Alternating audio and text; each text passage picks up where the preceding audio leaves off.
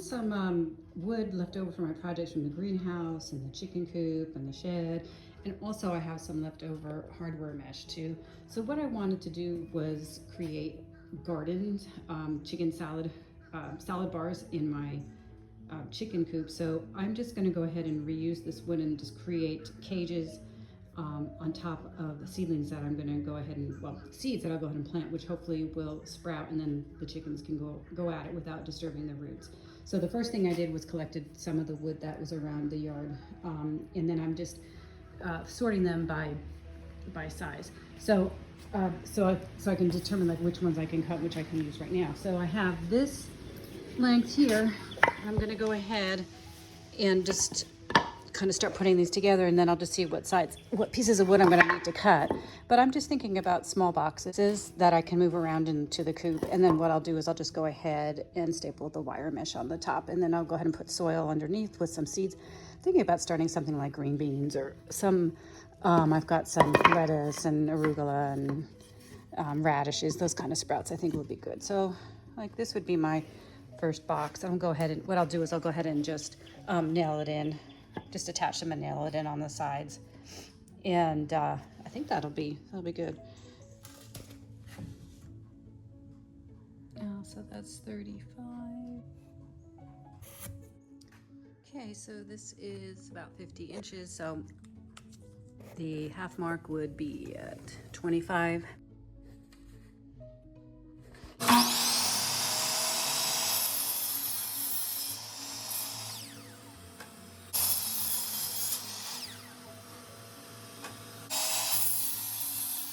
So I actually got 4 boxes out of the scrap wood that was left over from the greenhouse and the shed and the chicken coop.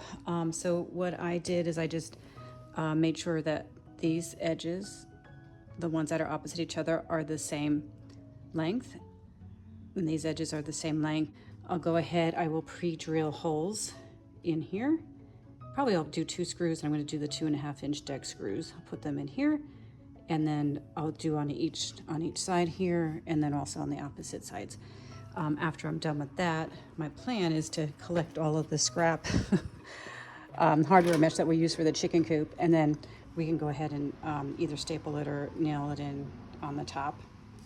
So one of the things that I do that I've mentioned in my other videos is that I pre-drill my wood as much as I can. That helps me, especially if I have to do projects by myself, to be able to hold on to the wood or whatever I'm drilling into, and not have to worry about holding a screw either.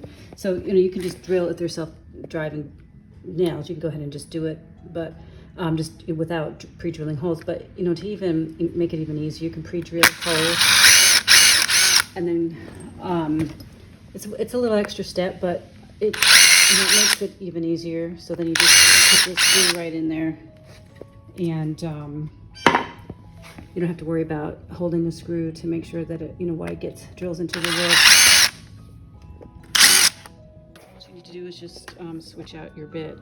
Just put the screw in there, and it actually holds nice and tight. And I just leave like it, I don't know, I drilled in probably about 1/4 of an inch, and then I'll go ahead and then assemble it. And there you go.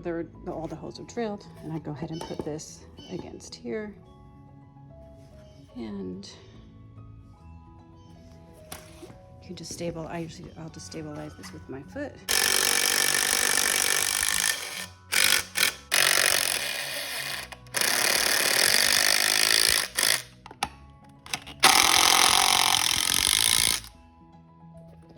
So the boxes are done. I'm gonna go ahead and try to staple it like this, and then so I can just turn it over so the sharp edges aren't sticking out.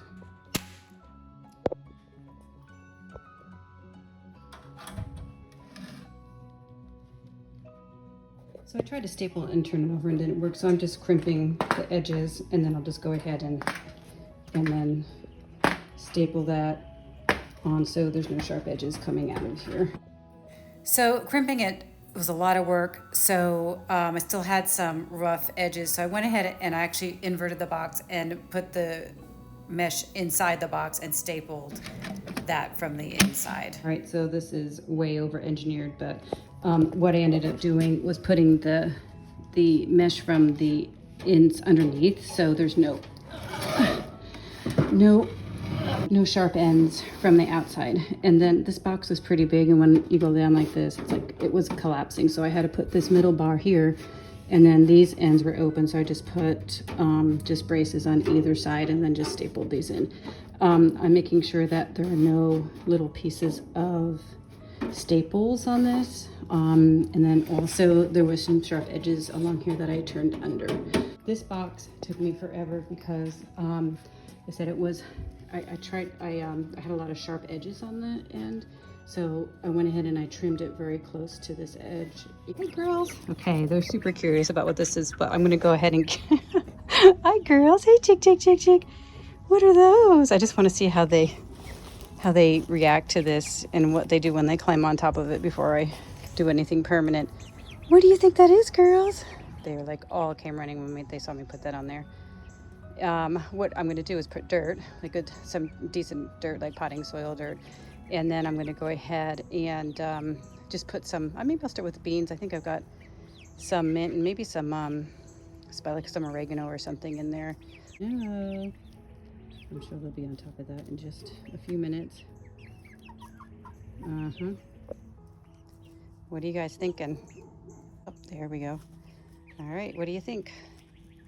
I don't know, what do you think? Now, if they poop all over it, that's good. It'll fertilize whatever underneath there.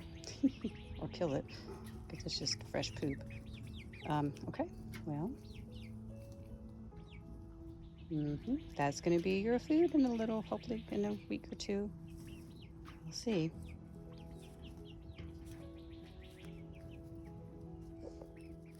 I ran out of battery on my phone, but here I'm putting some potting soil underneath the